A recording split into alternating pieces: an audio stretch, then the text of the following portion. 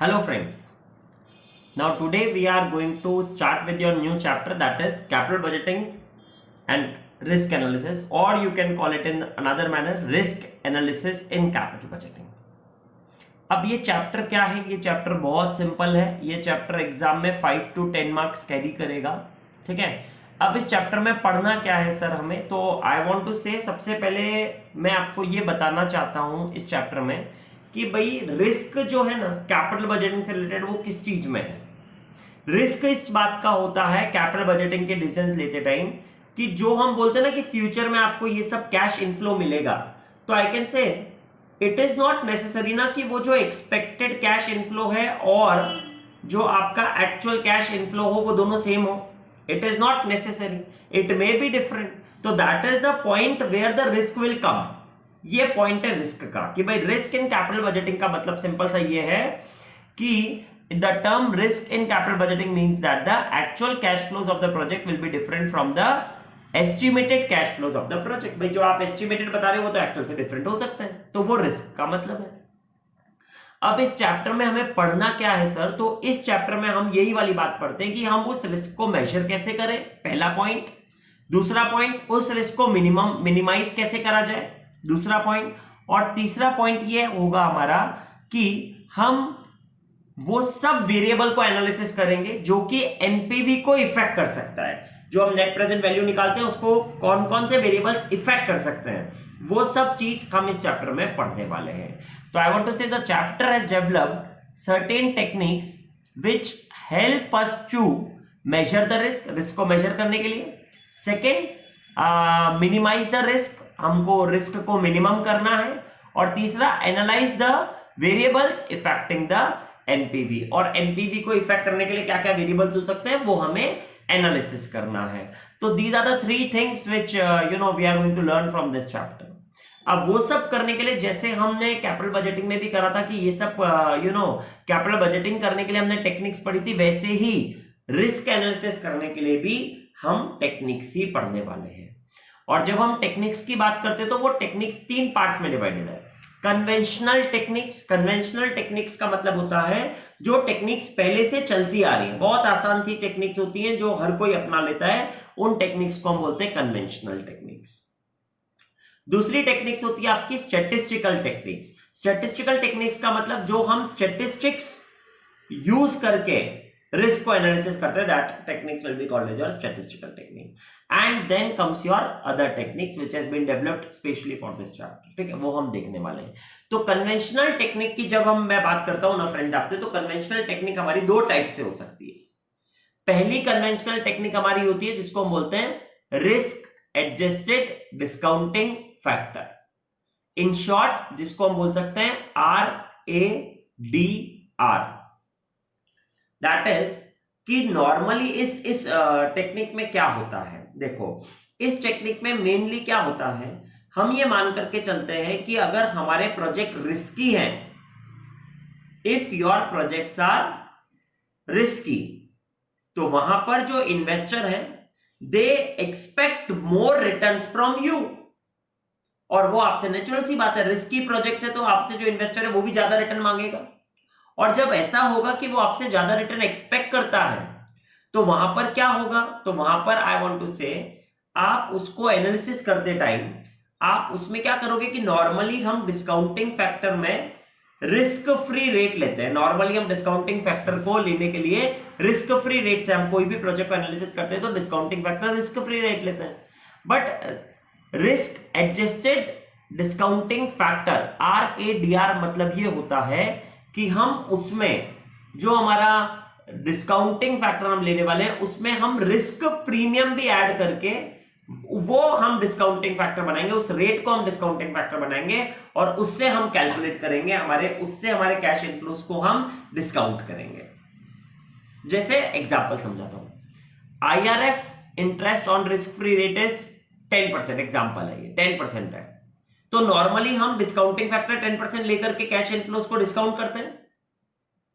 But जब हमने बोला कि अगर ये प्रोजेक्ट हमारा रिस्कियर है तो वहां पर हम 10% की जगह, क्योंकि हमारे इन्वेस्टर हमसे ज्यादा एक्सपेक्ट करता है रिटर्न को, तो हम 10 की जगह क्या करेंगे, हमारे डिस्काउंटिंग फैक्टर में रिस्क प्रीमियम वो कितना होगा सर? तो वो हमेशा मैनेजमेंट डिसाइड करता है कि वो रिस्क प्रीमियम कितना होगा। तो वो risk premium suppose management decide करता है कि जितना रिस्क फ्री रेट है उसका डबल होना चाहिए, जो डिस्काउंटिंग फैक्टर है या जितना रिस्क फ्री रेट है उतना ही रिस्क प्रीमियम होना चाहिए। तो 10% आपका रिस्क फ्री रेट है तो 10% ही रिस्क प्रीमियम हो, इसका मतलब आपका जो डिस्काउंटिंग फैक्टर आपको लेना है वो रेट 20% से आपको डिस्काउंट करना पड़ेगा। तो कैश इनफ्लोज वही रहे, बट आपका जो डिस्काउंटिंग फैक्टर का रेट था वो आरएडीआर में बदल गया, क्योंकि अब इसमें आपने रिस्क को भी एडजस्ट कर दिया। जब रिस्क को एडजस्ट कर दिया तो आई वांट टू से कि आप आपके कैश इनफ्लोज को ज्यादा रेट ऑफ इंटरेस्ट से डिस्काउंट कर रहे हो। उससे क्या होगा, आई वांट टू से अगर हम ज्यादा रेट से डिस्काउंट करेंगे उसको, तो हमारे एनालिसिस में हमको ये बेनिफिट हो जाएगा कि अगर हमारा ज्यादा रेट से भी डिस्काउंटिंग करने के बाद एनपीवी पॉजिटिव आ रहा है, तो इसका मतलब अगर कोई फ्यूचर में रिस्क भी होती है प्रोजेक्ट में तो भी हमको बेनिफिट तो होने वाला है। तो that is called as your RADR. ये पहली टेक्निक हो गई। ऐसी कन्वेंशनल एक और टेक्निक आएगी, वो टेक्निक होती है आपकी नॉर्मली क्या बोलते हैं, certainty equivalent approach. That is the second technique, but वो मैं आपको थोड़ी देर बाद बताऊंगा। एक एक टेक्निक पढ़ेंगे, एक एक क्वेश्चन हम करेंगे। तो आप पहले आरएडीआर के बारे में हम पढ़ते हैं। कन्वेंशनल टेक्निक में risk adjusted discounting rate. RADR is based on the concept that the investors demand higher return from the risky project. Risky project होगा तो higher return वो demand करते हैं. In this method, the discounting rate that is used to discount the cash flows is increased to incorporate the risk of the project. वो हम increase कर देते हैं जिससे हमारी risk of the project incorporate हो जाती है। आरएडीआर का formula will be risk free rate plus risk premium. ये रिस्क प्रीमियम कितना होगा तो ये क्वेश्चन ही बताएगा हमको, we are not able to decide it. अब इसका डिसएडवांटेज क्या है कि it is difficult to find the risk premium, क्योंकि नॉर्मली हर मैनेजमेंट अपने हिसाब से अपने रिस्क को चूज कर सकता है, and difficult to find the RADR. That is the main difficulty in this type of thing, right. अब हम इसके रिगार्डिंग पहले क्वेश्चन नंबर 1 पढ़ते हैं। Late us read your this question number 1 now. Question number 1 में देखो क्या दे रखा है। Let me read in my book and you read in your book, ठीक है। क्वेश्चन नंबर 1 में हमें बता रखा है, this is your question number 1 ना। एक minute,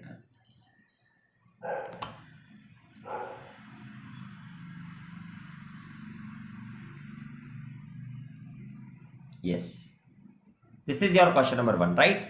Now let us read this question number 1. What has been given to us is, an enterprise is investing rupees 100 lakhs in a project. The risk-free rate of return is 7%. Risk premium expected by the management is 7%. ठीक है, यानी risk free rate भी 7 है और risk premium जो management expect कर रहा है वो भी 7 है। इसका मतलब रिस्क एडजस्टेड डिस्काउंटिंग फैक्टर 14% हो गया। The life of the project is 5 years. Following are the cash flows that are estimated over the life of the project. 1, 2, 3, 4, 5 years दे रखे हैं और आपको कैश फ्लोज बता रखा है 25, 60, 75, 80 and 65. Calculate NPV of the project based on risk-free rate and also on the basis of risk-adjusted discounting rate. I believe अब ये question आप कर सकते हो। इसमें आपको NPV निकाल करके बताना है दोनों से। एक बार रिस्क फ्री रेट लो, रिस्क फ्री रेट 7% हो जाएगी, और एक और बार RADR लो, और RADR is nothing but risk free rate plus risk premium, that is 7 plus 7, that is 14%. तो एक बार आप इसको 7% से डिस्काउंटिंग फैक्टर लेकर के एनालिसिस कर दो, एनपीवी निकाल दो, और एक बार आप 14% के डिस्काउंटिंग फैक्टर से लेकर के एनपीवी निकाल दोगे और आइए आपका क्वेश्चन सॉल्व हो जाएगा। इसमें ये कुछ आपसे पूछा नहीं है वेदर टू एक्सेप्ट और रिजेक्ट और एनपीवी पॉजिटिव और NPV negative. They have only asked us to calculate the NPV, that is what you will do. तो इसका आपको सॉल्यूशन भी मैं दिखा देता हूँ, बहुत इजी सा ही क्वेश्चन है, ये पूरा चैप्टर ही बहुत इजी है फ्रेंड्स। देखो क्वेश्चन नंबर 1 में उसने एनपीवी निकाल करके बताया ना आपको, आप चेक करो। सबसे पहले based on the risk free rate की मैं बात करता हूं, तो what it has been done is, risk free rate 7% था, कैपिटल कॉस्ट तो 100 आ गई, पीवी निकाला, discounting factor PV of CI निकाला और एनपीवी निकाल के बताते 144.34, ठीक है। अब यही सेम चीज हम आरएडीआर से भी करके देखेंगे। तो जब आरएडीआर निकाला आपने तो आप क्वेश्चन में चेक करो, आरएडीआर 14% आया, उसके बाद आपने इसमें कैपिटल कॉस्ट वापस से 1 ली, 1 से मल्टीप्लाई कर दिया कैपिटल कॉस्ट के लिए, एंड देन आपने पीवी ऑफ सीआई निकाल दिया वापस से और आपने एनपीवी निकाल के बता दिया। तो that is how you have completed your question number 1. ठीक है, अब हम क्वेश्चन नंबर 2 पर आते हैं. चलो, let us read this question number 2 now. A very good question. Okay, so let us read this question number 2 now. क्या given है हमें क्वेश्चन नंबर 2 में? Late us read that.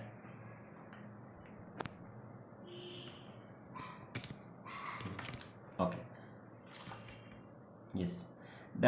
Determine the risk adjusted NPV of the following project. ठीक है, risk adjusted NPV बोला है, मतलब वही RADR को ही कर रहे हैं हमें.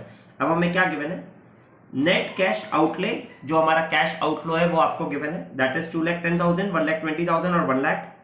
प्रोजेक्ट लाइफ आपको गिवन है 5 years for all the 3 projects. Annual cash inflow आपको एनुअल CI गिवन है, इसका मतलब आप PVF से मल्टीप्लाई कर सकते हो. और कोफिशिएंट ऑफ वेरिएशन आपको गिवन है 1.2, 0.8 और 0.4. सर ये कोफिशिएंट ऑफ वेरिएशन क्या है? नया चीज है, मेरे को भी नहीं मालूम है. Let us read this further and then we will I will tell you कि क्या है ये. कोफिशिएंट ऑफ वेरिएशन गिवन है. Company select the risk adjusted rate of discounting on the basis of coefficient of variation. Coefficient of variation के basis पर company RADR select करती है. तो आपको बता रखा है कि अगर कोफिशिएंट ऑफ वेरिएशन 0 होगा तो RADR risk adjusted rate of return जो होगा वो 10% होगा, और उसका PV फैक्टर 1 to 5 इयर्स के लिए एट RADR वो भी आपको गिवन है. कितना इजी क्वेश्चन है यार. अब अगर 0.4 होगा तो 12%, 0.8 होगा तो 14, 1.2 तो 16, 1.6 हुआ तो 18, 2 हुआ तो 22 और मोर देन 2 हुआ तो 25. ये आपको RADR लेना है फ्रेंड्स. तो अगर मैं प्रोजेक्ट X की बात करता हूं, if we will talk about project X, तो आई बिलीव प्रोजेक्ट X का 1.2 दिख रहा है आपको. For project X you can see that is 1.2. तो अगर ये 1.2 है ना फ्रेंड्स, तो 1.2 के लिए हमारा RADR हो जाना चाहिए 16%, और वो 16% होगा तो उसका PVAF है 3.274. तो इस 3.274 को मल्टीप्लाई बाय 70,000 कर दो और माइनस 2,10,000 कर दो, NPV आ गया आपका क्वेश्चन सॉल्व. ये X के लिए सेम ऐसे ही आप Y के लिए करोगे. Y का 0.8 है तो 0.8 का RADR होना चाहिए 14%, तो 3.433 को मल्टीप्लाई करना है 42,000 से और माइनस कर देना 1,20,000 उसमें से. और ऐसे ही उसका 0.4 है तो उसके लिए RADR 12% लेना है, 3.605 multiply 30,000 minus 1 lakh. That will be your answer of the risk adjusted NPV. बस क्वेश्चन में यही पूछा था आपसे. चेक कर लेते हैं हम. ये रहा question number 2, right. Coefficient of variation ये थे तो उनका RADR लिया, कैपिटल कॉस्ट ली, PV ऑफ CI निकाल दिया और NPV निकाल दिया, PV ऑफ CO और ये माइनस करके ये आ गया आपके पास. तो आपका क्वेश्चन नंबर 2 सॉल्व हो गया. अब हम ये क्वेश्चन नंबर 1 और 2 जो था वो तो RADR का था, वो आपने सॉल्व कर लिया. RADR का मतलब आप समझ गए, risk adjusted discounting rate. Risk adjusted discounting rate में क्या करते हैं, वापस से मैं आपको बताता हूं कि नॉर्मली हम डिस्काउंटिंग फैक्टर यूज करते हैं IRF का, interest on risk free securities का. बट अगर हमसे कभी मैनेजमेंट बोलता है इन्वेस्टर्स हमसे ज्यादा रिटर्न मांग रहे हैं, हमारा प्रोजेक्ट रिस्कियर है, तो हम उन प्रोजेक्ट को एनालिसिस जो करेंगे वो हम discounting factor risk free rate नहीं लेंगे, बट उसमें रिस्क प्रीमियम ऐड कर देंगे, तो वो हमारा RADR बन जाता है. रिस्क प्रीमियम कौन डिसाइड करेगा? मैनेजमेंट डिसाइड करेगा. Therefore we are having no concern in that. ठीक है, चलो अब हम सेकंड टेक्निक की बात करते हैं. तो सेकंड टेक्निक को हम बोलते हैं सर्टेनिटी इक्विवेलेंट अप्रोच. अब ये सर सर्टेनिटी इक्विवेलेंट अप्रोच क्या है? वापस से ये भी आपकी कन्वेंशनल टेक्निक ही है. ठीक है, certainty equivalent approach is again your conventional technique only. इस कन्वेंशनल टेक्निक में क्या होता है सर?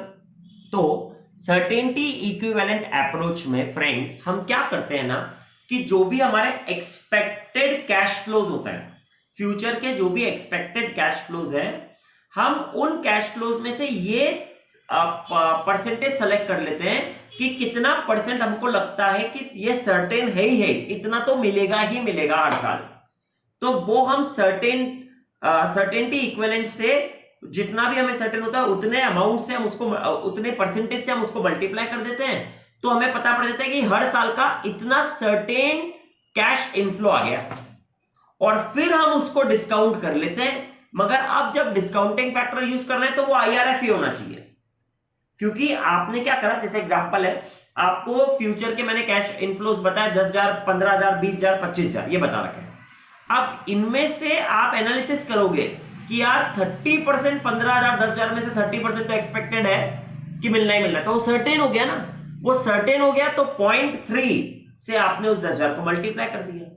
और ऐसे ही 15,000 में आपको सर्टेन है 0.4, तो जितना सर्टेन है उतने से आपका सर्टेनिटी इक्विवेलेंट क्वेश्चन देगा हमको, ये वापस से आपने वो सर्टेनिटी इक्विवेलेंट से इन कैश फ्लोज को मल्टीप्लाई कर दिया, तो आपके पास सर्टेन कैश इनफ्लोज बन गए, that is CCI, certain cash inflows.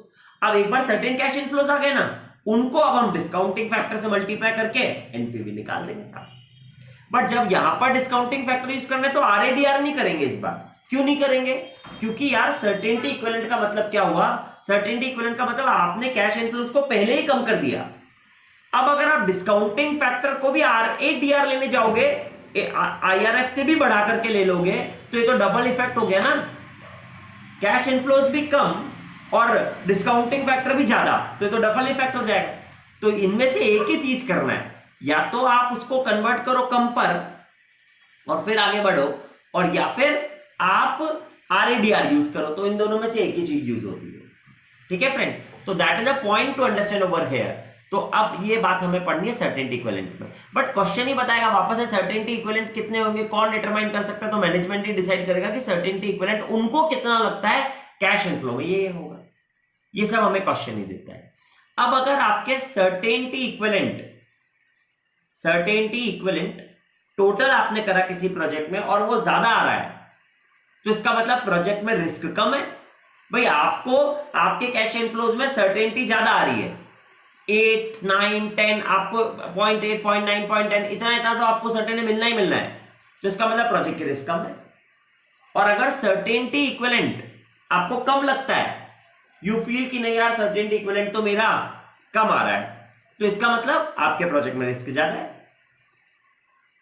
अब इसी के साथ सेम बात क्या है कि अगर प्रोजेक्ट रिस्कियर है, अगर प्रोजेक्ट में रिस्क ज्यादा है, तो जब आप उसको डिस्काउंट करने जाओगे ना, तो आप उसके लिए हायर आरएडीआर यूज करोगे, क्योंकि जितना ज्यादा रिस्कियर होगा उतने ज्यादा से आरएडीआर यूज करके डिस्काउंट करना चाहिए।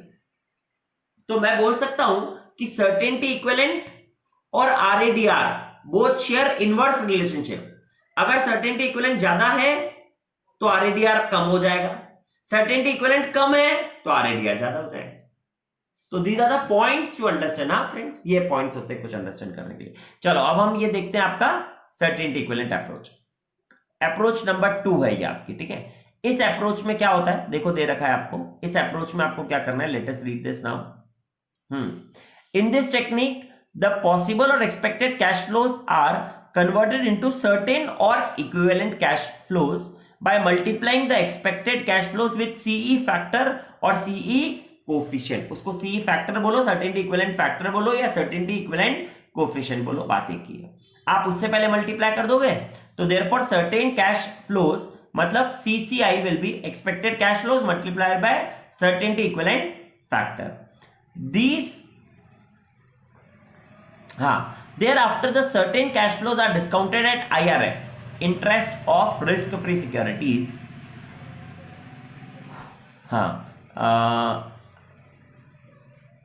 at IRF, एक मिनट मैं मेरे साथ भी पढ़ लेता हूं तो आपको समझ में आ जाएगा।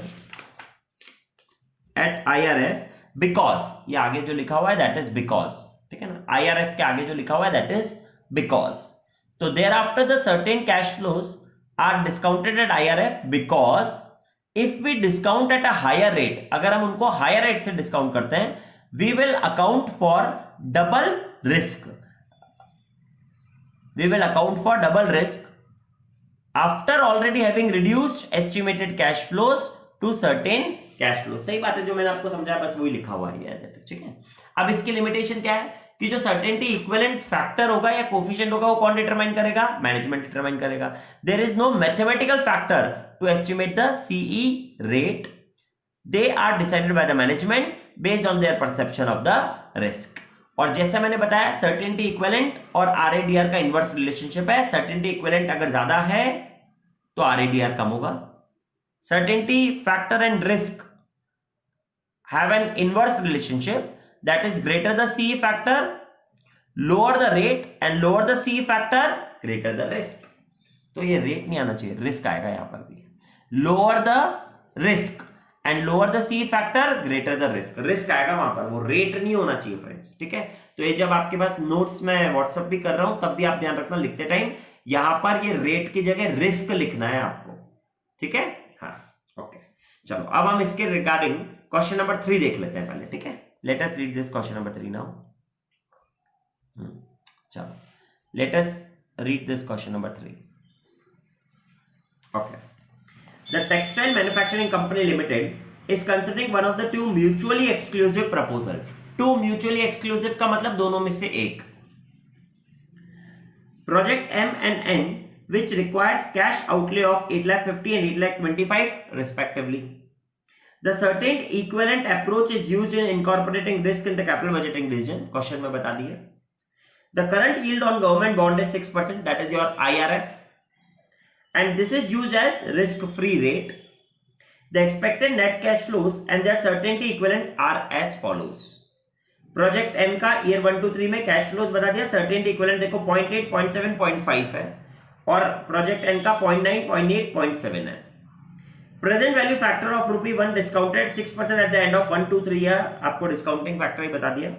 Required part which project should be accepted, तो आई बिलीव अब आप पहले तो उसका सर्टेनिटी इक्विवेलेंट निकाल करके डिस्काउंट कर लोगे, जिसका एनपीवी ज्यादा होगा वो वाला प्रोजेक्ट आप सेलेक्ट करोगे।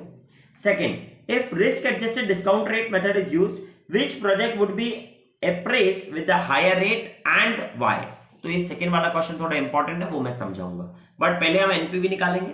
अब एनपीवी निकालने के लिए आप क्या करोगे, ये कैश फ्लोज दे रखे हैं प्रोजेक्ट एम के, इवैल्यूएशन ऑफ प्रोजेक्ट एम करोगे, ये 8,50,000 हो गया, इस 8,50,000 आपका कैश आउटफ्लो हो गया। ये कैश इनफ्लो को सर्टेनिटी इक्विवेलेंट से मल्टीप्लाई करोगे तो सीसीई बन जाएगा, उसको डिस्काउंटिंग फैक्टर से मल्टीप्लाई करोगे तो पीवी ऑफ सीसीई आ जाएगा, टोटल कर दोगे, उसमें से आप ये आउटफ्लो को माइनस कर दोगे, दैट्स इट। अरे बहुत इजी चीज है। ऐसे ही आप प्रोजेक्ट एन के लिए भी कर लोगे, पहले इसको मल्टीप्लाई करोगे सी से तो वो सीसीई बनेगा, फिर उसको डिस्काउंटिंग फैक्टर से मल्टीप्लाई कर देंगे 3 साल के तो वो पीवी ऑफ सीसीई बन जाएगा, टोटल कर दोगे, उसमें से आप माइनस कर दोगे 8,25,000 जो उसका कैश आउटफ्लो है, तो आपके पास दोनों का एनपीवी आ जाएगा। फिर जिसका एनपीवी ज्यादा आप वो वाला प्रोजेक्ट सेलेक्ट करोगे। अब क्वेश्चन नंबर 2 देखो, क्वेश्चन नंबर 2 में क्या बोला था, मतलब इसके बाद ये बोला था कि अगर आरएडीआर यूज करोगे मेथड तो कौन से प्रोजेक्ट को हायर रेट से अप्रेस करोगे, मतलब कौन से प्रोजेक्ट को आप हायर रेट से लोगे। ये नहीं बोला कि आप करके दिखाओ, पूछा कौन से को लोगे। तो अभी जस्ट जो मैंने आपको समझाई बात, जिसकी सर्टेनिटी इक्विवेलेंट अप्रोच, जिसका सर्टेनिटी इक्विवेलेंट कोफिशिएंट ज्यादा होता है उसमें रिस्क कम होती है, और जिसका कम होता है उसमें रिस्क ज्यादा होती है। जिसका certainty equivalent factor, certainty equivalent coefficient कम होता है उसमें रिस्क ज्यादा होती है। तो जिसमें रिस्क ज्यादा होती है आरएडीआर उसमें ज्यादा होगा, और जिसमें रिस्क कम होती है उसका आरएडीआर कम होगा। ये वाली बात तो मैंने समझाई थी आपको। तो अभी इस वाले क्वेश्चन में अगर हम देखेंगे तो जब ये हर एक के सर्टेनिटी इक्विवेलेंट होते हैं, इन तीनों को ऐड करते हैं तो वो कहलाता है आपका कोफिशिएंट ऑफ सर्टेनिटी इक्विवेलेंट। तो इन तीनों को ऐड करोगे आप 0.8 0.7 और 0.5 को, और 0.98 0.9 0.8 और 0.7 को। तो आई बिलीव प्रोजेक्ट एम का कम आ रहा है आपका सर्टेनिटी इक्विवेलेंट कोफिशिएंट, तो इसका मतलब प्रोजेक्ट एम ज्यादा रिस्की है, और अगर प्रोजेक्ट एम ज्यादा रिस्की है तो प्रोजेक्ट एम को ही, इस वाले प्रोजेक्ट को ही आप ज्यादा रेट ऑफ आरएडीआर लेकर के एनालिसिस करोगे। That will be your answer. Check कर लेते हैं हम। यस, तो let us see your answer. देखो अब आप आंसर चेक करोगे। पहले इन्होंने क्या करा, एक्सपेक्टेड कैश फ्लोज को सीई फैक्टर से मल्टीप्लाई करा तो सर्टेन कैश फ्लोज आ गया, डिस्काउंटिंग फैक्टर कर दिया, पीवी ऑफ सीआई आ गया और एनपीवी निकाल दिया। ऐसे ही प्रोजेक्ट एन को भी देखा, एनपीवी आ गया। किसका एनपीवी ज्यादा दिख रहा है आपको, तो आई बिलीव प्रोजेक्ट एन का ज्यादा दिख रहा है, तो project N should be selected. देखो उन्होंने बता दिया project N should be accepted as NPV is higher. अब किसको ज्यादा आरएडीआर से लेंगे, तो देखो उन्होंने बताया सी कोफिशिएंट ऑफ प्रोजेक्ट एम, तीनों को ऐड कर दिया ना उसने, जो दे रखे थे उन तीनों को ऐड कर दिया तो वो 2 आ गया, which is lower than project N which is 2.4, उन तीनों को ऐड करा। This means that project M is more riskier than project N because higher the riskiness of the cash flows, lower will be the C factor. ये वाली बात आई गई. तो if RADR method is used, then project M should be analyzed at a higher rate. तो ऐसे आपने दोनों techniques आपकी खत्म कर दी. पहली थी RADR और दूसरी थी आपकी सर्टेनिटी इक्विवेलेंट फैक्टर या कोफिशिएंट, जो भी आप इसको बोलो. RADR में क्या करना है, जो भी रिस्क फ्री रेट है उसमें रिस्क प्रीमियम ऐड कर दो और वो आपकी रेट बन गई जिससे आप डिस्काउंटिंग फैक्टर ले लो. और सर्टेनिटी इक्विवेलेंट अप्रोच में क्या कर रहे हैं हम, जितने भी हमारे कैश इनफ्लोज हैं उनमें से कितना परसेंटेज ऑफ सर्टेनिटी है हमको उससे मल्टीप्लाई कर दो, तो वो सर्टेन कैश इनफ्लोज बन गया, उसको IRF का डिस्काउंटिंग फैक्टर से मल्टीप्लाई कर दो. दोनों को एक साथ नहीं लगा सकते क्योंकि अगर आपने सर्टेनिटी इक्विवेलेंट भी लगा दिया और RADR भी लगाओगे तो डबल इफेक्ट हो गया एनालिसिस करने के लिए रिस्क का. देयरफॉर इन दोनों में से एक ही चीज होती है. तो that is how we have completed your conventional techniques. अब हम बात करेंगे नेक्स्ट टेक्निक की, that is your statistical techniques. दोस्त ये भी बहुत सिंपल है, ये चैप्टर ही पूरा का पूरा बहुत सिंपल है, एक ही बार समझ जाओगे आप बहुत अच्छे से इस चैप्टर को. तो ठीक है, अब हम बात करते हैं आपकी स्टैटिस्टिकल टेक्निक्स की. तो स्टैटिस्टिकल टेक्निक्स में तीन चीजें हैं, प्रोबेबिलिटी, दूसरा वेरिएंस या स्टैंडर्ड डेविएशन बोल दो आप, और तीसरा that is your coefficient of variance या फिर स्टैंडर्ड डेविएशन. तो that is the techniques which we are going to learn now. अब स्टैटिस्टिकल टेक्निक्स में क्या होता है दोस्त, अगर प्रोबेबिलिटी वाले क्वेश्चंस हुए तो प्रोबेबिलिटी वाले क्वेश्चन सेम जैसे अभी आप कर रहे थे वैसा का वैसा ही है. पहला प्रोबेबिलिटी वाले में क्या करना है भाई, हमारे पास कैश इनफ्लो दे देंगे और क्वेश्चन कैश इनफ्लो के साथ साथ आपको उसकी प्रोबेबिलिटी बता देगा कि ये प्रोबेबिलिटी है ये कैश इनफ्लो आने की. तो आप प्रोबेबिलिटी से मल्टीप्लाई कर दोगे तो आपके पास प्रोबेबल कैश इनफ्लो आ गया और फिर आप उसको डिस्काउंटिंग फैक्टर से मल्टीप्लाई करके फिर आप एनालिसिस कर लो. That will be called as your incorporating probability. और वो स्टैटिस्टिकल टेक्निक है कि जितना जितना आपको प्रोबेबल होगा कैश इनफ्लो उतने से मल्टीप्लाई करो. अब जैसे मैं इसका आपको एग्जांपल देता हूं, आपको कैश आउटफ्लो 10,000 बताया. अब क्या हुआ कि जो कैश इनफ्लो है ना, पहले साल, दूसरे साल, तीसरे साल की बात कर रहा हूं मैं आपको. तो पहले साल का जो कैश इनफ्लो है उसमें आपको 5 कैश इनफ्लोज बता दिए, 10,000, 15,000, 20,000, 25,000, 30,000. ये 5 कैश इनफ्लो बताया, 10, 15, 20, 25, 30. 10,000 आने की प्रोबेबिलिटी 0.1 है, 15,000 आने की प्रोबेबिलिटी 0.2 है, 20,000 आने की प्रोबेबिलिटी 0.3 है, 25,000 आने की प्रोबेबिलिटी 0.4 है, 0.43 नहीं, सॉरी 0.3 है, और 30,000 आने की प्रोबेबिलिटी भी 0.1 है. तो आपकी प्रोबेबिलिटी होगी 0.1, 0.2, 0.3, 0.3, 3, 3, 6, 7, 8, 9 और वापस से 0.1. ये आपकी प्रोबेबिलिटी होगी 5 होगी, 10, 15, 20, 25 और 30 आने के लिए. ये तो एक ही साल का है. मगर फिर दूसरे साल का मैंने आपको अलग से 5 बताए और उनकी अलग से प्रोबेबिलिटी बताई. फिर तीसरे साल का मैंने आपको अलग से 5 बताए और उनकी भी अलग से प्रोबेबिलिटी बताई. बिकॉज फ्रेंड्स ऐसा हो सकता है ना, क्योंकि सर्टेन थिंग्स पर हमारे कैश इनफ्लो डिपेंडेंट है कि भाई अगर हमारा प्रोजेक्ट चल गया तो कैश इनफ्लो इतना इतना हो सकता है, नहीं चला तो इतना इतना हो सकता है. तो प्रोबेबिलिटी भी आ गई हमारे पास. अब हम क्या करेंगे इसमें, सबसे पहले तो हम इसमें सबसे पहले एक एक्सपेक्टेड कैश इनफ्लो निकालेंगे. वो कैसे निकालेंगे, तो 10,000 को अपनी प्रोबेबिलिटी 0.1 से मल्टीप्लाई करके, 15,000 को अपनी प्रोबेबिलिटी 0.2 से मल्टीप्लाई करके, 20,000 को अपनी प्रोबेबिलिटी 0.3 से मल्टीप्लाई करके, 25,000 को अपनी प्रोबेबिलिटी 0.3 से मल्टीप्लाई करके और 30,000 को अपनी प्रोबेबिलिटी 0.1 से मल्टीप्लाई करके. जब आप इन सबका टोटल कर लोगे तो ये आपका एक्सपेक्टेड कैश इनफ्लो एक साल का बन गया, ईयर 1 का एक्सपेक्टेड कैश इनफ्लो बन गया साल. ऐसे ही आप ईयर 2 के लिए भी और ईयर 3 के लिए भी निकाल दोगे. तो ये सब मिलाकर के आपके पास expected cash inflow of year 1, 2, 3 बन गया. फिर अब आप इसको discounting factor of IRF use कर लो, डिस्काउंट कर लो और फिर आप NP भी निकाल दो. That is called as your probability technique. आगे समझ में? हाँ, बस यही है प्रोबेबिलिटी टेक्निक. तो इसके रिगार्डिंग हम आपका क्वेश्चन नंबर 7 और 8 देखेंगे. देखो ये रहा आपका स्टैटिस्टिकल टेक्निक में पहली टेक्निक है प्रोबेबिलिटी टेक्निक. क्या बताया इसके बारे में, here the probability are attached to the cash flows. इसमें प्रोबेबिलिटी अटैच्ड है, हाँ इसमें प्रोबेबिलिटी अटैच्ड है, and then they are reduced to the single figure called as expected value of cash flow which is then used to calculate the NPV, जैसा मैंने अभी आपको बताया। अब हम इसका क्वेश्चन नंबर 7 देखते हैं, फिर क्वेश्चन नंबर 8 देखेंगे, फिर हम आगे वाली टेक्निक्स पर जाएंगे, स्टैटिस्टिकल टेक्निक्स पर, ठीक है। तो let us read your question number 7 now. Yes, क्या गिवन है क्वेश्चन नंबर 7 में, हम पढ़ते हैं इस क्वेश्चन नंबर 7 को। Possible net cash flows of a project A and B and their probabilities are given below. Discount rate is 10% for both the project. Initial investment is 10,000, that is your cash outflow. Calculate the expected NPV for each project and which project is preferable. Expected NPV निकालना है। तो अब अगर आप question देखोगे तो आपके पास cash outflow 10,000 है दोनों प्रोजेक्ट के लिए और 10% का डिस्काउंटिंग रेट बता दिया। अब आपके प्रोजेक्ट के कैश फ्लोज जो बताए वो 8,000, 10,000, 12, 14 और 16,000 बताया जिसकी प्रोबेबिलिटी है। आई वांट टू से फ्रेंड्स ये जो 8,000, 10,000, 12, 14 और 16,000 है ये एक ही साल का बता रखा है क्वेश्चन में, ये बात ध्यान रखना। दे हैव नॉट प्रोवाइडेड अस कि डिफरेंट ईयर्स के और फिर प्रोबेबिलिटी, नो नो नो, ये सब एक ही साल का है और डायरेक्टली प्रोबेबिलिटी से मल्टीप्लाई करना है तो एक्सपेक्टेड कैश इनफ्लो बनेगा एक साल बाद का। जैसे 8,000 इंटू 0.1 करोगे आप तो 800 रुपए आएगा, 10,000 इंटू 0.2 करोगे तो 2,000 आएगा, 12,000 इंटू 0.4 करेंगे 4,800 आएगा, 14,000 इंटू 0.2 करेंगे 2,800 आएगा और 16,000 इंटू 0.1 करेंगे तो 1,600 आएगा। इन सबको जब आप ऐड करोगे तो वो आपका एक्सपेक्टेड कैश इनफ्लो बनेगा एक साल का, क्योंकि ये सब तो आपके पॉसिबल इवेंट्स के थ्रू है।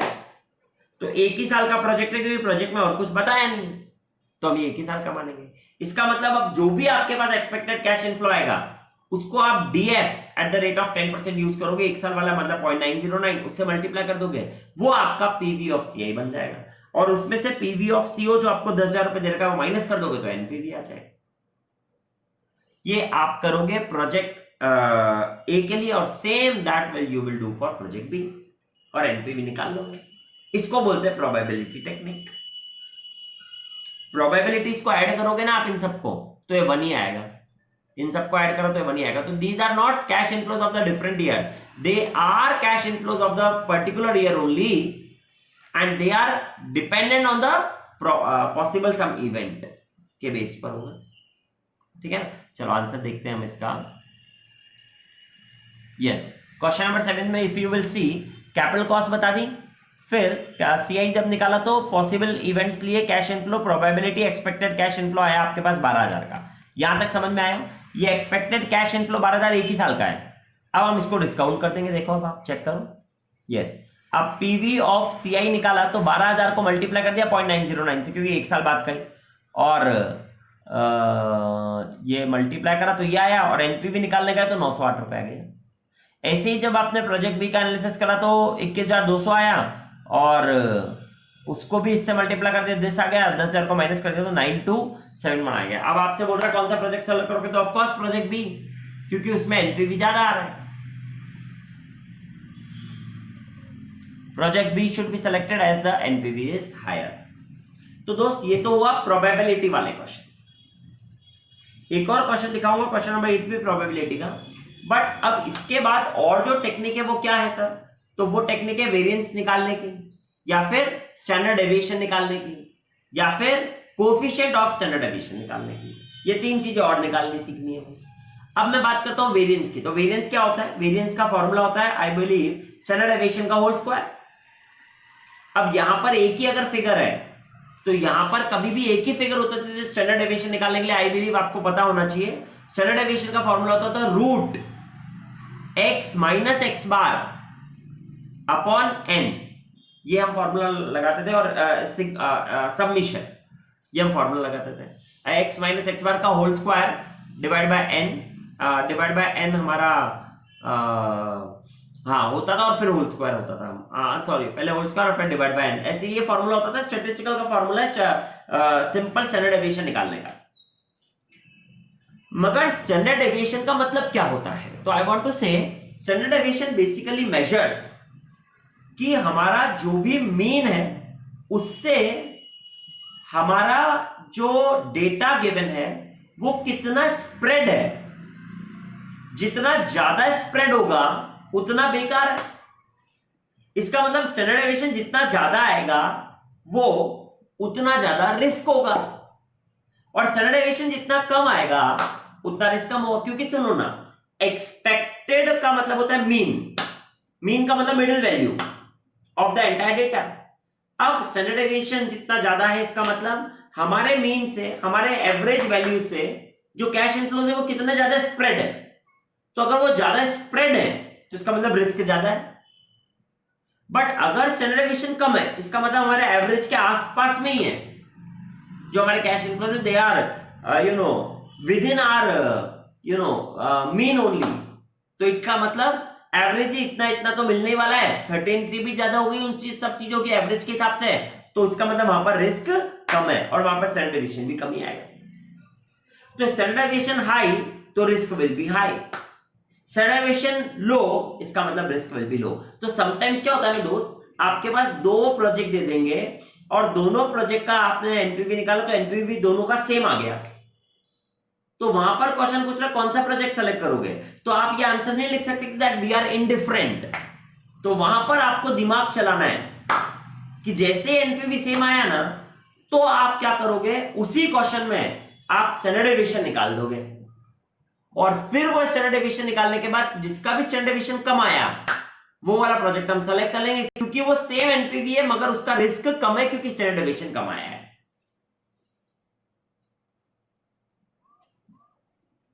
समझ में आई बात? ऐसे हमें करना होता है। तो अभी हम ये क्वेश्चन नंबर 7 में अब यहां पर स्टैंडर्ड डेविएशन निकालना है, तो यहां कैसे निकालेंगे फ्रेंड्स, तो यहां पर जो आपने एक्सपेक्टेड कैश इनफ्लो निकाला है वो आपका मीन हो गया एक तरीके से, और x का मतलब ये आपके कैश इनफ्लोज हो गए। तो इसका मतलब अब मैं आपको बोल सकता हूं कि यहां पर फॉर्मूला जो हो जाएगा स्टैंडर्ड डेविएशन का वो हो जाएगा cash inflow minus expected cash inflow का होल स्क्वायर, अब डिवाइड बाय n नहीं होगा यहां पर क्योंकि यहां पर प्रोबेबिलिटी है, तो मल्टीप्लाइड बाय प्रोबेबिलिटी हो जाएगा। और इसको अगर आपने अंडर रूट में डाल दिया तो स्टैंडर्ड डेविएशन आ गया, और अगर अंडर रूट हटा दिया तो ये आपका वेरिएंस बन गया। Higher the variance higher the risk, lower the variance lower the risk. और स्टैंडर्ड डेविएशन का ही तो वो होता है। तो ये दोनों चीज समझ में आ गई, स्टैंडर्ड डेविएशन कैसे निकालना है और वेरिएंस कैसे निकालना है। तो x माइनस एक्स बार का होल स्क्वायर अपॉन n की जगह हम क्या कर रहे हैं, CF माइनस एक्सपेक्टेड CF का whole square multiplied by point, मतलब multiplied by probability, under root में डालते हैं standard deviation. Standard deviation high तो प्रोजेक्ट का रिस्क भी हाई, स्टैंडर्ड डेविएशन लो तो प्रोजेक्ट का रिस्क भी लो। तो with the help of this अब हम इन्हीं क्वेश्चन में पहले चेक करते हैं कि हम वो कैसे निकाल सकते हैं स्टैंडर्ड डेविएशन। तो देखो ये एक्स्ट्रा कैलकुलेशन करके बताइए वेरिएंस और standard deviation of each project. Variance का फॉर्मूला जो मैंने आपको बताया, स्टैंडर्ड डेविएशन का whole square sigma x minus x bar का whole square into point p से क्यों कर रहे हैं, क्योंकि प्रोबेबिलिटी गिवन है, n की जरूरत नहीं है इसमें, और स्टैंडर्ड डेविएशन निकालना है तो इसका अंडर रूट डाल दिया तो आंसर आ जाएगा। अब प्रोजेक्ट ए की बात करता हूं मैं, तो ये तो कैश इनफ्लो था 8, 10, 12, 14 और 16, ये मेरे को गिवन भी है क्वेश्चन में, 8, 10, 12, 14, 16 ये मेरे कैश इनफ्लो है। एक्सपेक्टेड मतलब जो मैंने निकाल रखा था 12,000 का, मल्टीप्लाई प्रोबेबिलिटी करके करा था ना ऐड उसको, तो 12,000 आ चुका था, वो मेरा एक्सपेक्टेड कैश इनफ्लो है। तो वो मेरे लिए x तो ये बन गया, और x बार जो मीन बोलते हैं वो एक्सपेक्टेड वाला वो बन गया 12,000। अब क्या करना है, 8,000 माइनस 12,000 का होल स्क्वायर इंटू 0.1, 10,000 माइनस 12,000 का होल स्क्वायर इंटू 0.2, 12,000 माइनस 12,000 का होल स्क्वायर इंटू 14,000 माइनस 12,000 का होल स्क्वायर इंटू 0.2, और 16,000 माइनस 12,000 का होल स्क्वायर इंटू 0.1। ये जब आपने करा तो आपके पास ये सब आ गया, चारों फिगर्स आ गए भाई। 8,000 माइनस 12,000 मतलब 4,000, 4,000 का होल स्क्वायर करा तो 4 और 4 16, 16 और 6 0, तो 1,40,00,000 60 लाख, 6 जीरो आ गया ना, हाँ तो 1,60,00,000 है जो भी आ रहा है, ठीक है ना। तो अब आप उसको मल्टीप्लाई बाय 0.1 करोगे तो 16 लाख ही आ गया। ऐसे ही आप इसके लिए भी कर दोगे तो आपके पास ये स्क्वायर वाला भी आ गया। अब इस स्क्वायर को अगर अंडर रूट में डाल दिया तो स्टैंडर्ड डेविएशन आ गया 2191। और same you can calculate for project B. तो प्रोजेक्ट बी का स्टैंडर्ड डेविएशन 20,044 आया। तो आई बिलीव नेचुरल सी बात है, प्रोजेक्ट बी में रिस्क बहुत ज्यादा है as compare to project A, but यहां पर रिटर्न भी ज्यादा था तो इसलिए रिस्क भी ज्यादा है, तो भी हम एक्सेप्ट इसको ही करेंगे अभी, बट ये सिर्फ आपको कैलकुलेशन करके दिखाइए मैंने। चलो आई बिलीव ये क्वेश्चन नंबर 7 के बाद now move to question number 8। अब हम क्वेश्चन नंबर 8 देखते हैं।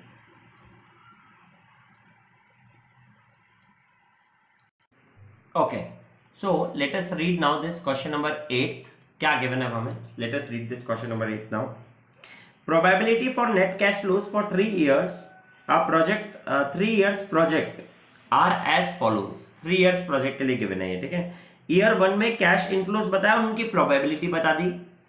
कैश ईयर 2 के भी बता दी, उसकी प्रोबेबिलिटी, ईयर 3 के भी कैश फ्लो और उसकी भी प्रोबेबिलिटी बता दी। तो जब हम इंडिविजुअल कैश फ्लोस को प्रोबेबिलिटी से मल्टीप्लाई करके फिर उसको ऐड करेंगे तो वो ईयर 1 का एक्सपेक्टेड कैश इनफ्लो बनेगा। ऐसे ही ईयर 2 की कैश फ्लोस को प्रोबेबिलिटी से मल्टीप्लाई करोगे और फिर उसको आप ऐड करोगे तो वो आपका एक्सपेक्टेड कैश इनफ्लो ईयर 2 का बनेगा, और ऐसे ही ईयर 3 का भी बन जाएगा। आगे क्या गिवन है? Calculate the expected net cash flows. तो एक्सपेक्टेड नेट कैश फ्लोस को मल्टीप्लाई कर करके आ ही जाएगा। Also calculate the PV of the expected cash flows using 10% discount rate. Initial investment is 10,000। अरे कितना इजी क्वेश्चन है। अब आप क्या करोगे, जो आपके पास एक्सपेक्टेड कैश इनफ्लोस आ गए ईयर 1, ईयर 2, ईयर 3 का, उसको DF at the rate of 10% use करके डिस्काउंट कर लोगे और उसमें से फिर आप 10,000 रुपीज जो आपका कैश आउटफ्लो है माइनस कर दोगे, एनपीवी आ जाएगा। बस हो गया आपका क्वेश्चन नंबर 8 तो सॉल्व। तो हम इसमें चेक कर लेते हैं। ये क्वेश्चन नंबर 8 आ गया। कैलकुलेशन ऑफ एक्सपेक्टेड एनपीवी निकाला, तो पहले इनिशियल इन्वेस्टमेंट और पीवी ऑफ सीआई कैसे निकाला। ये कैश इनफ्लो प्रोबेबिलिटी, ये एक्सपेक्टेड आया 6,000, ये एक्सपेक्टेड आया 4,800 और 4,200। फिर ये एक्सपेक्टेड को डिस्काउंटिंग फैक्टर से मल्टीप्लाई करा तो पीवी ऑफ सीआई आया, तीनों को ऐड करके 12,573 73 आ गया, माइनस कर दिया 10,000 को तो 2,573 इज योर आंसर। ये एनपीवी आ गया। And that is how you have solved your question number 8। अब हम मूव ऑन करते हैं क्वेश्चन नंबर 9 पर।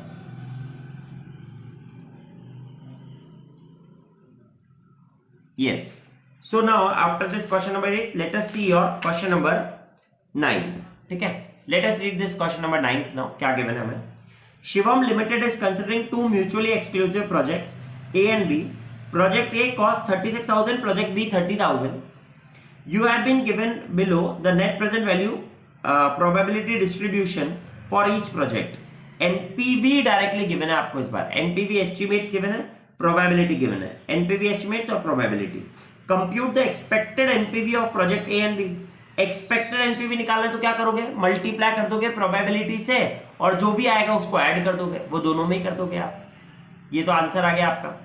Second, compute the risk attached to each project. अब क्वेश्चन में पूछा है risk attached to each project compute करो, तो इसका मतलब you will calculate the standard deviation of each project, standard deviation of each probability distribution. आप ये कर लोगे। यस, तो सेकंड में रिस्क अटैच पूछा है तो हम क्या करेंगे, स्टैंडर्ड डेविएशन निकाल देंगे हर एक प्रोजेक्ट के लिए, ठीक है। और तीसरा बोल रहा है compute the profitability index of each project, ठीक है। प्रॉफिटेबिलिटी इंडेक्स का मतलब पीआई निकालना है हमको एक प्रोजेक्ट का। तो पीआई कैसे आता है, ये तो आपने इन्वेस्टमेंट रिजल्ट में पढ़ा है, PV of CI divide by PV of CO. अब कोई बोलेगा सर यहां तो एनपीवी है, तो आई बिलीव ये जो एक्सपेक्टेड एनपीवी आया इसको अगर मैं पीवी ऑफ सीओ में ऐड कर दूंगा तो पीवी ऑफ सीआई बन जाएगा, तो वो PV of CI divide by PV of CO कर दूंगा तो मेरे पास पीआई भी आ जाएगा। और लास्ट में which project do you recommend, state with the reasons. तो आई बिलीव अब वो तो एनपीवी जिसका एक्सपेक्टेड एनपीवी जिसका ज्यादा होगा उसमें स्टैंडर्ड डेविएशन जिसका कम होगा वो वाला प्रोजेक्ट हम सेलेक्ट करेंगे, पीआई जिसका ज्यादा होगा वो वाला प्रोजेक्ट हम सेलेक्ट करेंगे। तो अब हम इस क्वेश्चन का सॉल्यूशन देखेंगे। ठीक है ना। बट पहले एक्सपेक्टेड एनपीवी निकालना है, तो आपको समझ गया ना, 2000 इंटू 0.1 200, 4000 इंटू 0.2 800, 6000 इंटू 0.3 मैं 8th पढ़ रहा हूँ, सो सॉरी 9th वाला, 15000 इंटू 0.2 3000, 12000 इंटू 0.3 3600, 6000 इंटू 0.3 1800 और 3000 इंटू 0.2 600। इन सबको आप ऐड कर दोगे, ऐसे इसमें भी आप निकाल लोगे और उन सबको ऐड कर दोगे, तो ये आपका फर्स्ट का आंसर हो गया। अब जब वो ऐड करके आया वो आपका एक्सपेक्टेड एनपीवी आया। अब आपको बोल रहा है रिस्क अटैच निकालो, तो this will be your x this time, और इनमें से आपने जो एक्सपेक्टेड निकाला उसको माइनस करने का होल स्क्वायर करोगे और उसको अपनी अपनी प्रोबेबिलिटी से मल्टीप्लाई करोगे, जो भी आएगा उन सबको ऐड कर दोगे, तो वो आपका वेरिएंस हो गया। उसका अंडर रूट करा तो वो आपका स्टैंडर्ड डेविएशन बन जाएगा, ठीक है ना। चलो मैं आंसर दिखाता हूं आपको। यस, तो आफ्टर दिस क्वेश्चन नंबर 8 देखो, पहले उन्होंने क्या करा, इवैल्यूएशन ऑफ प्रोजेक्ट ए के लिए ये एनपीवी एस्टीमेट से प्रोबेबिलिटी से मल्टीप्लाई करा, एक्सपेक्टेड एनपीवी आया ये आपके सामने 9000 का दिख रहा है आपको।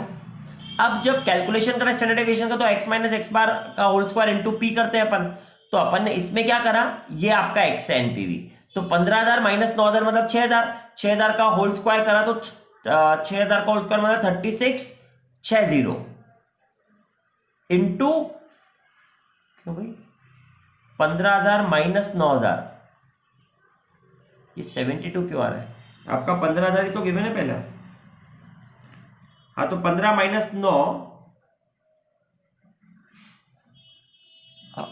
15 माइनस 9 इंटू प्रोबेबिलिटी ऑफ 0.2 नहीं करा क्या इसने यार, आप भी कैलकुलेशन चेक करना, एक मिनट मैं चेक कर लेता हूं कैलकुलेशन। 6000 इंटू 6000, हाँ ये आया ना, मल्टीप्लाइड बाय 0.2, हाँ तो ये आ रहा है ना, सॉरी 72 लैक्स ही आ रहा है, सही है। हाँ तो बस आपको भी यही करना था, ये मल्टीप्लाई कर दिया। ऐसे ही 12000 माइनस 9000 3000, 3000 इंटू 3000 मल्टीप्लाइड 0.3, ये आ गया। ऐसे ही दिस आ गया, ये टोटल कर दिया, इसका अंडर रूट निकाला, ये आपके पास स्टैंडर्ड डेविएशन आ गया। अब पीआई निकालने के लिए पीवी ऑफ सीआई निकाला, तो जो भी आपके पास एक्सपेक्टेड एनपीवी आया 9000, वो आपने 36000 में ऐड कर दिया तो 45000 बन गया वो, तो आपके पास पीआई भी आ गया 1.25:1। पीआई ऑफ सी कैसे निकाला उसने बता दिया। ऐसे ही हमने क्या करा, इवैल्यूएशन ऑफ प्रोजेक्ट बी भी कर दिया सेम तरीके से, और आपके पास पीवी ऑफ सीआई आके ये 1.3 भी आ गया। तो सिंस इसका स्टैंडर्ड डेविएशन आई बिलीव उससे कम आ रहा है क्या, 440 है और इसमें 3725 आ रहा है, तो यानी ये स्टैंडर्ड डेविएशन भी कम है। दोनों का एनपीवी तो सेम था, स्टैंडर्ड डेविएशन इसका कम है और इसका पीआई भी ज्यादा है, तो therefore we will select project B, that should be your answer. देखो दे रही है, project B should be selected because the risk is lower as compared to project A and PI is greater as compared to project A. तो that was your question number 9. अब हम move करेंगे question number 12 पर friends, ठीक है। तो let us read this question number 12. I believe question number 12 will be the last question of last question of this lecture, ठीक है। चलो तो क्वेश्चन नंबर 12 देखते हैं हम। Cyber company is considering two mutually exclusive project. Investment outlay of both the project is 5 lakhs and each is expected to have a life of 5 years. Under 3 possible situation, the annual cash flows and the probabilities are as under. Good normal words में probability ये है और project A और project B है. The cost of the capital is 7%. Which project should be accepted? Explain with working. अब आप इसमें क्या करोगे, कैश इनफ्लोज को पहले प्रोबेबिलिटी से मल्टीप्लाई कर देंगे तो एक्सपेक्टेड कैश फ्लोज आ गया, और वो एक्सपेक्टेड कैश फ्लो को सबको ऐड करके 7% की आपको लाइफ भी 5 इयर्स की बता रखी है, तो एनुअली आया ना, 1 साल का आया, और जब आपको लाइफ बता रखी है 5 इयर्स की, तो 7% के हिसाब से आपने पीवीएफ निकाला, मल्टीप्लाई कर दिए और उसमें से 5 लाख को माइनस कर दिया, तो आपके पास एनपीवी आ जाएगा दोनों प्रोजेक्ट के लिए। अब दोस्त जिसका एनपीवी ज्यादा वो कर लेंगे हम सेलेक्ट, तो पहले हम इसका आंसर अब जाते हैं। देखो आपको मैं समझाता हूँ, बहुत अच्छा क्वेश्चन है क्योंकि, तो अब हमने इसके बाद क्या करा, एनपीवी निकाला। तो अगर आप यहां देखोगे एनपीवी आया 11,40,000, कैसे निकाला समझ गए थे ना आप, ये प्रोबेबिलिटी से कैश इनफ्लो को मल्टीप्लाई करा, एक्सपेक्टेड आया, इसको पीवीएफ से मल्टीप्लाई करा 5 इयर्स के 7% के रेट से, तो वो आपके पास आया और एनपीवी निकाल दिया आपने 11,40,000। ऐसे ही जब आप इवैल्यूएशन ऑफ प्रोजेक्ट भी गए तो भी 11,40,000 आ गया। बस यहां तक समझाना था मैंने आपको, दोनों का एनपीवी सेम आ जाएगा जब आप करने जाओगे तो, जब दोनों का एनपीवी सेम आ गया और तो भी अब आपसे पूछ रहा है कौन सा प्रोजेक्ट सेलेक्ट करोगे, तो अब भी जस्ट मैंने आपको समझाया था, अब हमारा काम चालू हो जाएगा हिडन बात का कि अब हम इस क्वेश्चन में क्या करेंगे, स्टैंडर्ड डेविएशन निकाल के देखेंगे। अब जिसका स्टैंडर्ड डेविएशन कम होगा उसमें रिस्क कम होगी, तो आई कैन से एनपीवी दोनों का सेम है, रिस्क कम वाला, फिर हम वो प्रोजेक्ट सेलेक्ट कर देंगे। तो हमें इसमें बिना पूछे भी स्टैंडर्ड डेविएशन निकालना पड़ेगा।